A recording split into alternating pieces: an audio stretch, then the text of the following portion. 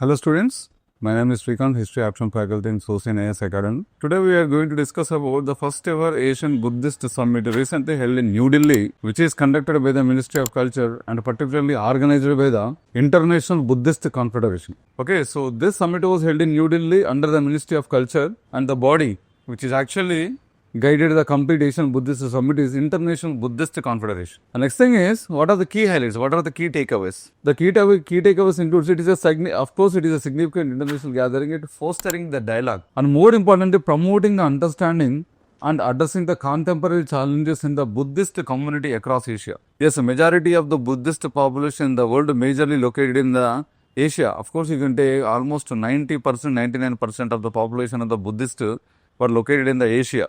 Okay, very microscopic minority populations were located in Africa, Europe as well as North America, South. A very negligible population was there. And next thing is, what are the role? The theme includes the role of Buddha Dhamma in strengthening Asia. Here there is a cut because of the technical issue. I am writing now. I am saying the role of Buddha Dhamma in strengthening Asia, which emphasizes Asia's collective, inclusive, and spiritual development. You know that our India's neighbors are majorly the Buddhism related countries. Buddhism is one of the major religion in the India neighboring countries. For example, you take Bhutan, Nepal, Tibet, Mongolia, where they practice Vajrayana Buddhism is the major dominant population in these countries. For example, you take the Southeast Asian countries, Myanmar, Sri Lanka, Cambodia, Laos, Vietnam, and certain parts of Indonesia where the Buddhist population is very significant. So this is nothing but a kind of religious diplomacy as well as a Buddhist related tourism diplomacy. Okay, and next thing is, what happened, what are the key themes of the summit is the Buddhist art, architecture and heritage. The highlights of the rich cultural legacy of the Buddhist landmarks like Sanchi Stupa and Ajanta caves, more important. Because you know the largest stupa in India, Sanchi Stupa, and I already told you many times in the class, Sanchi Stupa is the logo of the Archaeological Survey of India. Next, Ajanta caves, one of the oldest caves of India, and where you can see these Ajanta caves were decorated on the original constitution of India. Okay, the original constitution of India embellished at the corners with the Ajanta caves only.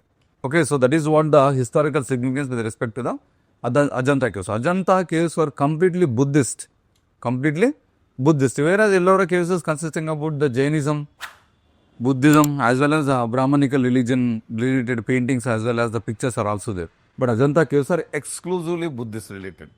Okay, so that is what. And next thing is, what are the key themes includes the Buddha Cārikā. Buddha Cārikā is nothing but Buddha travels, where he was attained Mahaparinirvana, where he was attained the Dharma Chakra Parivartana, his first ceremony, nothing but the Dharma Chakra Parivartana, where he died, that is Mahaparinibbana, also known as Mahaparinirvana, where he attained the salvation, moksha, that is Sambodhi at Bodh Gaya. So all these places are nothing but the Buddha related travels, nothing but the Buddha Cārikā, and his role in spreading teachings across India. Okay, and next thing is the role of Buddhist relics and its relevance in the society. The Buddha relics inspired the devotion, mindfulness, support the local economies through pilgrimage tourism, and promote peace and compassion. Buddha is nothing but the promoter of the peace.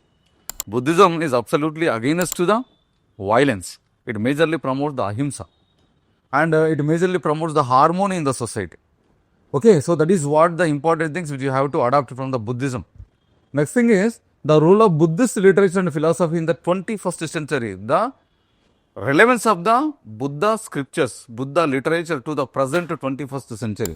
Okay, which demonstrate the Buddhism's enduring relevance in modern philosophical discourse. That is, today in our society, there is so much resentment among the people and there is so much unrest in the people's mindset, where there is no religious harmony. The religious harmony in the people's minds was gradually declining.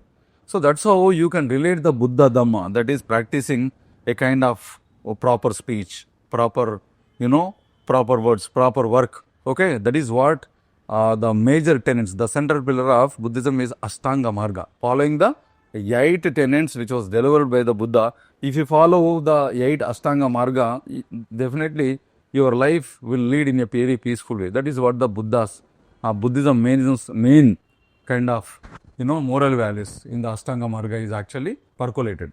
Next thing is, Buddha Dhamma in the scientific research and well-being integrates Buddhist principles with scientific research, enhance mental and physical health. Okay, that is what put in a different paraphrase.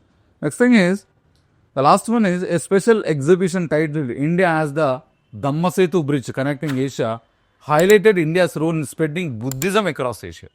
Okay, as a fulcrum, as a connecting link, we are actually promoting the Dhamma Setu of the Buddha, by which we can encourage, we can promote our neighborhood relations. Next thing is, what is the significance for India? What is the importance for India? How India can benefit from this kind of summit is, the summit supports India's activist policy and the neighborhood first policy, and more importantly, focusing on the collective, inclusive and the spiritual development in Asia. Okay, so this is what about the Asian Buddhist Conference, which is for the first time organized in New Delhi. Okay, so that's all about the with related to Asian Buddhist Conference. Thank you.